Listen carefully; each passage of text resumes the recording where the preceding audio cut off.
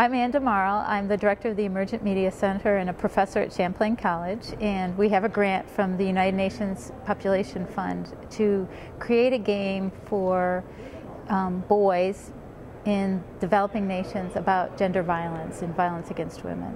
Video game is a really powerful media for showing choices, and that is something that a player can explore through. So they can explore consequences and conflicts and choices that they probably wouldn't be able to in real life, and also sometimes they wouldn't even think about the routes they could explore in real life. So it's a good methodology or a good method or medium for people to ask questions and to play, to find answers for themselves. So one of the things that we're basing this game on is something called the Subito methodology, and Subito is a video producer who has been very successful at creating video and radio to really change behavior in the world, and his pieces are more about AIDS, for instance, and also about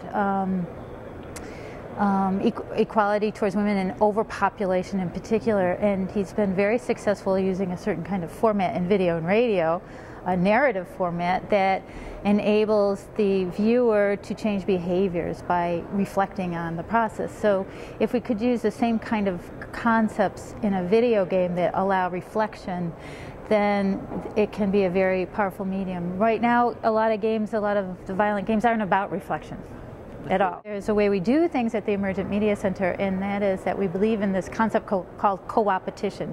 So you both cooperate and compete. And when we approach a project, we have two teams working on two different concepts at the same time.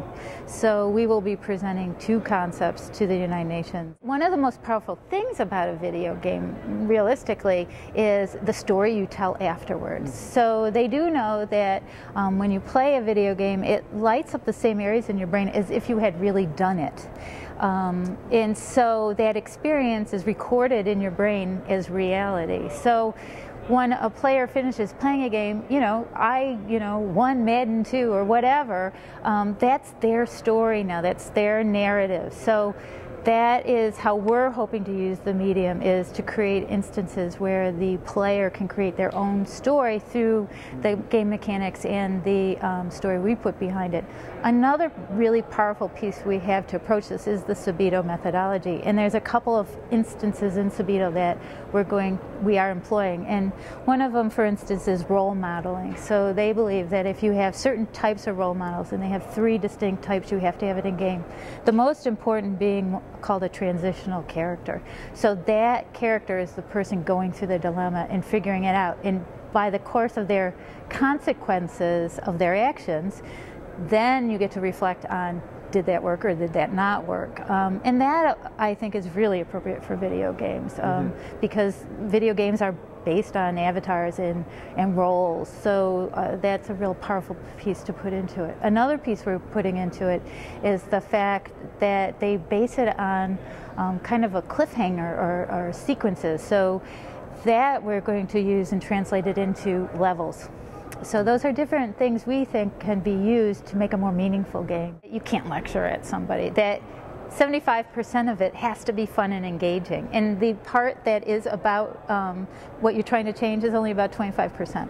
So it's really mixing a very fun and engaging experience with these key moments in personalities that you see something happens to them and then you get to reflect on. We have about 6 different projects in-house right now, and it's really important. Most of the money goes to paying the students. Okay. So because any of the students could tell you, I think our students are just as capable as anybody else in creating answers to these things. I mean, if you look at the industry as a whole, most of the people in industry are about the same age as my students. They're in their early 20s, and so are my students. And my students are educated in the field and have themselves learned not only the skill sets, but how to think critically.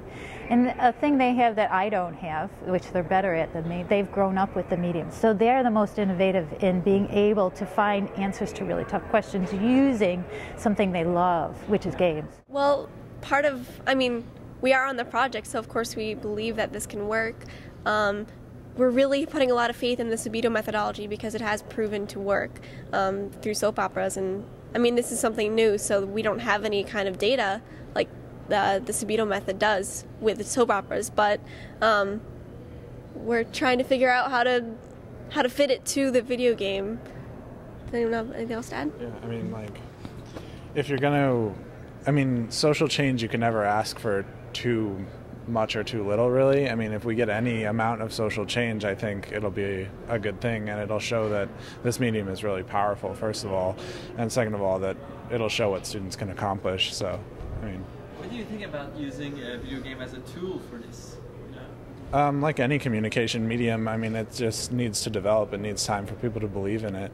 As a tool, it can be really powerful. Interactivity is an incredible new way to get people thinking about actions, like complex issues even. I mean, it's already started to show up in even AAA titles and like all kinds of stuff, so. Did you want to talk? Oh, I find it really exciting because this is something that really hasn't ever been done before.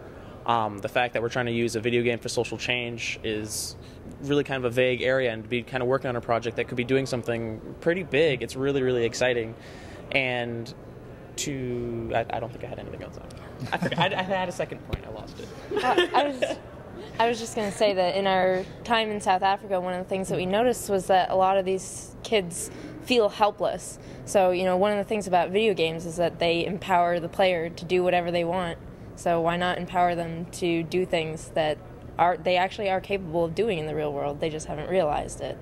Well, that was another thing that came out of going to South Africa. We realized that in developing countries where they don't have a computer, they use their cell phone as their computer. It has a lot of functions that, we take for granted. We have them on the cell phone, but we have them everywhere else, so we don't bother using them. But that's all they have, so they really use it as a part of their everyday life. So you don't use a cell phone, right? Yeah.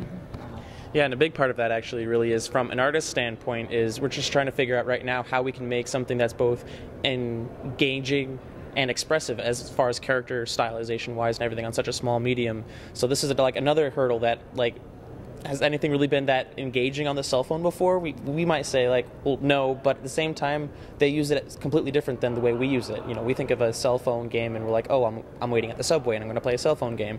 But for them, they don't have a laptop, and so when are they playing it? They're playing it at home. They're playing it, whenever they want to, sort of thing. And just to clarify, our game right now we're targeting South Africa, but we do have the world as our demographic. Like, we are planning to expand this and tweak it to fit other developing countries.